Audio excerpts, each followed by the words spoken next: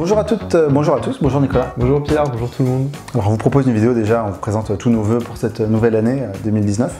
Nos vœux de bonne lecture, nos vœux de découverte littéraire. Alors on propose avec cette vidéo de vous parler un peu de ce qui va arriver sur le site. On a l'application qui va arriver, qui est déjà arrivée pour les possesseurs d'Android, qui va arriver ensuite pour les possesseurs d'iPhone. Donc c'est un peu une grosse nouveauté parce que c'était très attendu, elle est très attendue. On va aussi vous parler de l'opération Masse Critique, qui va arriver très vite et qui va vous permettre de remporter toujours des livres en échange d'une critique. On va aussi vous parler de bande dessinée avec le Festival d'Angoulême qui va arriver à la fin du mois de janvier, du 24 au 27 janvier. On sera présent, notamment pour assister, pour visiter l'exposition Batman. Batman sera donc à l'honneur à Angoulême avec cette exposition, et Batman fête ses 80 ans cette année, donc preuve que les super-héros ne vieillissent pas, en tout cas dans la tête de leurs lecteurs. Pour en parler un petit peu, on est allé voir Alexandra, qui est rédactrice pour le blog Batman Legend, et également Adrien, qui est plus connu sous le nom de Alcor sur sa chaîne YouTube, qu'on est allé discuter un petit peu avec eux dans une boutique qui s'appelle Comics Corner, qui est spécialisée dans les comics, comme son nom l'indique, tout près de République, et on vous propose de regarder ça en images tout de suite. Je m'appelle Adrien, donc je suis le gérant de la chaîne YouTube Alcor, donc une des plus grosses chaînes YouTube sur les comics en France. Je suis Alexandra, rédactrice du blog Batman Legend, un site dédié à Batman qui existe depuis 5 ans. Le plus lointain souvenir que j'ai, c'est le film Batman et Robin, qui a dû sortir dans les années 90 ou 2000. Et j'étais petit et j'avais adoré le personnage.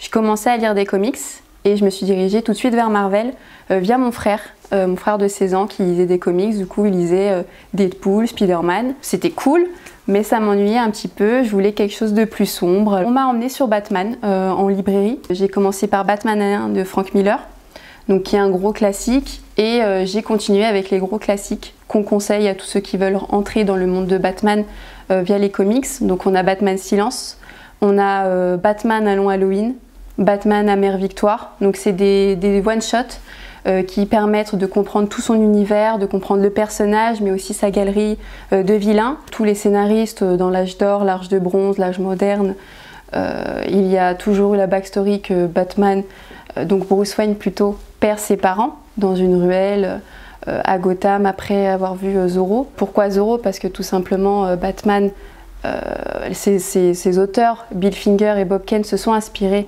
de Zorro, notamment de détectives aussi, Sherlock Holmes, pour créer ce personnage. Batman a beaucoup évolué en 80 ans, donc au départ c'était des histoires très sombres pendant une dizaine d'années. Dans les années 50 et 60, le personnage de Batman a vécu des histoires beaucoup plus légères. Il y avait beaucoup moins de violence, c'était beaucoup plus kitsch.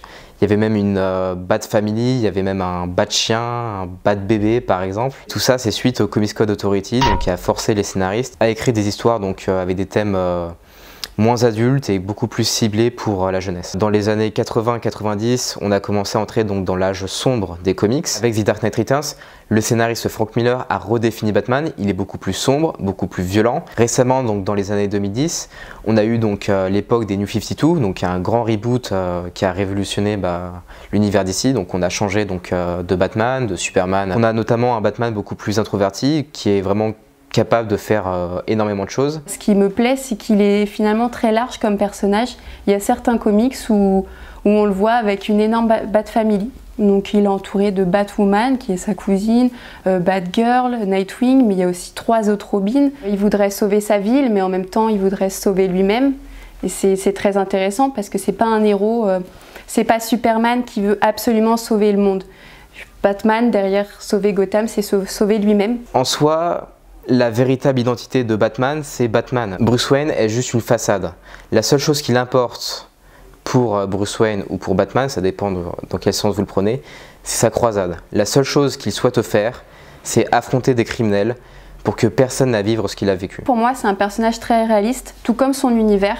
Ce qui m'intéressait avec les comics, c'était de lire quelque chose qui m'évade, mais tout en restant les pieds sur terre. C'est aussi, moi, ce qui me plaît beaucoup chez Batman, c'est Gotham. Pour connaître la vie de Gotham, pour moi, il faut avoir vu la série animée 92, Batman TAS, qui est extrêmement bien représentée dans cette série. Donc c'est une grande ville avec des tours, c'est noir et en même temps on aimerait y être. Si je devais choisir qu'un seul comic, ça serait donc Batman Silence, scénarisé par Jeff Loeb et dessiné par Jim Lee. Donc c'est un comics assez dense, mais qui présente très bien l'univers de Batman. C'est un comics qui est un petit peu le blockbuster de Batman. On voit énormément de vilains, d'héros ou autres. On a même un combat entre Batman et Superman. Franchement, c'est chouette. Je vous présente Batman, un long Halloween, que j'aime beaucoup parce que c'est Jeff Loeb et Tim Sale. Et c'est vraiment ceux qui ont marqué l'âge moderne de Batman.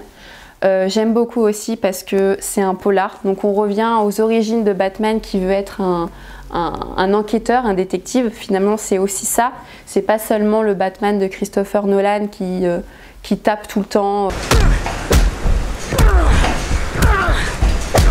C'est aussi quelqu'un qui cherche des indices, qui suit une enquête. Et là, du coup, il va faire une enquête avec l'aide de Harvey Dent, le procureur, et de James Gordon. Batman perdure donc notamment grâce à sa popularité en comics. On a toujours eu des équipes créatives qui redéfinissaient à chaque fois le personnage. Donc je pense notamment à Miller ou à Jeff Loeb par exemple. Mais je pense également donc à d'autres médias que les comics. Je pense notamment donc aux films, par exemple à ceux de Tim Burton qui ont fait découvrir le personnage, ou encore à ceux de Nolan, qui avait une patte beaucoup plus réaliste. Actuellement, Batman est l'un des personnages de comics qui a eu le plus d'adaptations hors média. Et je pense que même dans les jeux vidéo, on a eu de très très bons jeux vidéo. Je pense notamment donc au Batman Arkham, on pouvait incarner Batman. En 2019, on va fêter les 80 ans de Batman. On le sait déjà, Urban Comics l'a annoncé que toute l'année on aura du Batman de partout, notamment au Festival international de bande dessinée d'Angoulême qui se tiendra du 24 au 28 janvier. Urban Comics, Warner ont prévu une énorme exposition Batman. On sait aussi, on l'a dit sur le blog Batman Legends, donc on était trop contents qu'il y aura Frank Miller. Et du coup, il y aura d'autres événements tout au long de l'année, un peu partout. On fera un événement au Comics Corner, notamment. Et voilà, on espère que ça sera une bonne année avec Batman. Donc Batman sera mis à l'honneur pour le festival de la BD d'Angoulême qui aura lieu du 24 au 27 janvier. C'est pas le seul des personnages à être mis à l'honneur. Il y aura d'autres personnages ou d'autres auteurs de bande dessinée qui seront un peu mis en avant, notamment Milo Manara. Je ne sais pas si vous connaissez, c'est un auteur de bande dessinée plutôt érotique qui a une œuvre absolument gigantesque. Et donc voilà, il y aura une exposition autour de son œuvre. Il y aura aussi une exposition autour de Jérémy Moreau, qui est un auteur français de bande dessinée, qui a reçu d'ailleurs le Fauve d'Or l'année dernière au Festival d'Angoulême pour sa saga de Grimir, une saga qui se passe en Islande. Et aussi, on aura d'autres, on vous laisse regarder le programme. Il y aura notamment une expo sur Richard Corben, qui est un des grands noms de la bande dessinée américaine, des comics, un peu indépendant. C'est un des piliers de Heavy Metal, qui est un magazine, une revue de bande dessinée qui était assez chouette. C'est lui qui a réalisé une des affiches du festival pour cette année. L'actualité est aussi littéraire en ce mois de janvier, puisque c'est la rentrée littéraire d'hiver 2019 qui a lieu en ce moment entre janvier et février, avec pas mal de sorties, quelques centaines de sorties encore. Et donc on va vous proposer une masse critique spéciale littérature. C'est Charlotte qui vous en parle tout de suite en images. Pour Masse Critique, comme chaque mois, on vous propose de gagner un livre en échange d'une critique. Donc pour pouvoir y participer, il faut être inscrit sur Babelio et avoir déjà publié au moins une critique par le passé. La prochaine édition aura donc lieu le mercredi 16 janvier à partir de 7 h et elle sera consacrée à la littérature, donc au sens large, c'est-à-dire romans français et étrangers, contemporains ou classiques, mais aussi poésie, théâtre et romance. Et pour l'instant, on a déjà plus de 200 livres à vous proposer. Vous pouvez déjà consulter la sélection qui est en ligne sur Babelio et puis peut-être y trouver des romans de la rentrée littéraire ou des romans en poche que vous avez manqué précédemment. Puis je vous souhaite bonne chance à tous.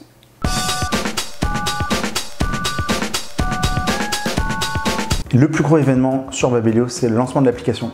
C'était une fonctionnalité qui était très attendue des lecteurs. Donc elle est enfin disponible pour les possesseurs d'Android, en tout cas pour l'instant, et ensuite pour les possesseurs d'iPhone.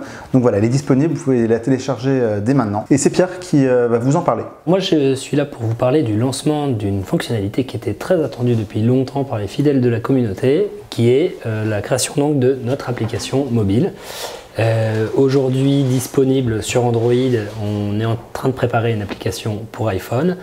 On a essayé de faire une interface qui soit à la fois beaucoup plus adaptée pour un usage en mobilité et en même temps de faire quelque chose qui ne soit pas déroutant pour les usagers très habitués de la communauté de Babelio. Donc vous pourrez retrouver tout ce qui fait le succès de Babelio, à savoir votre fil d'actualité personnalisé, la possibilité de lire des critiques, de découvrir des profils de lecteurs intéressants, nos actualités et toute une série d'autres petites fonctionnalités.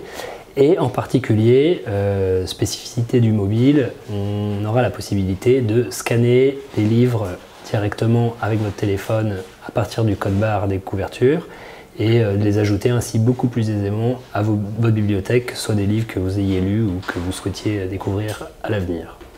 Donc voilà, c'est une version pour l'instant en bêta, ça veut dire qu'elle est amenée vraiment à évoluer en fonction de vos retours. Donc n'hésitez pas, au-delà des encouragements potentiels, à nous faire des critiques sur ce que vous souhaiteriez voir dans des versions ultérieures de cette application. Pour conclure cette vidéo, on vous propose comme d'habitude de retrouver les coups de cœur de l'équipe. Et ce mois-ci, c'est donc Pierre et Camille qui vont nous présenter leur coup de cœur. Camille, c'était notre stagiaire de 3e qui était là pour une semaine chez Babelio et avec qui on a pu partager un petit peu ce qu'on faisait au quotidien. Moi, c'est Camille et j'ai fait mon stage de 3e chez Babelio. Et ce mois-ci, mon coup de cœur, c'est La Petite Lumière. Donc c'est une librairie dans le 14e arrondissement, près de la rue Daguerre, rue Boulard pour être exact. Et cette librairie, je l'aime particulièrement parce que c'est une petite librairie, mais les libraires sont très gentils, ils conseillent beaucoup de livres.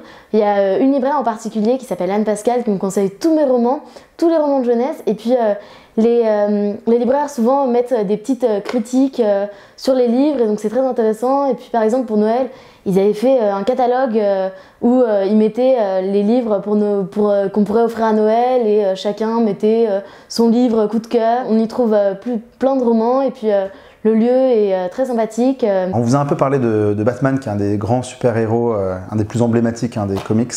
Et il y a un autre super-héros qui est très apprécié des lecteurs de tout âge, c'est Spider-Man, qui vient de l'écurie concurrente puisqu'il est plutôt Marvel, alors que Batman c'est de l'écurie DC. Et donc Spider-Man, il a eu une double actualité récemment puisqu'il y a eu un jeu vidéo qui est sorti, qui vous permet de redécouvrir l'univers de Spider-Man, puisqu'on a une enquête qui reprend un peu des éléments qu'on connaît un peu de son univers. On se balade dans New York, c'est assez chouette. On retrouve deux personnages, il y a Spider-Man, vous le savez peut-être, peut-être pas. Le personnage maintenant n'est plus Peter Parker, mais est Miles Morales. Et on retrouve un peu cette double identité dans ce jeu Spider-Man.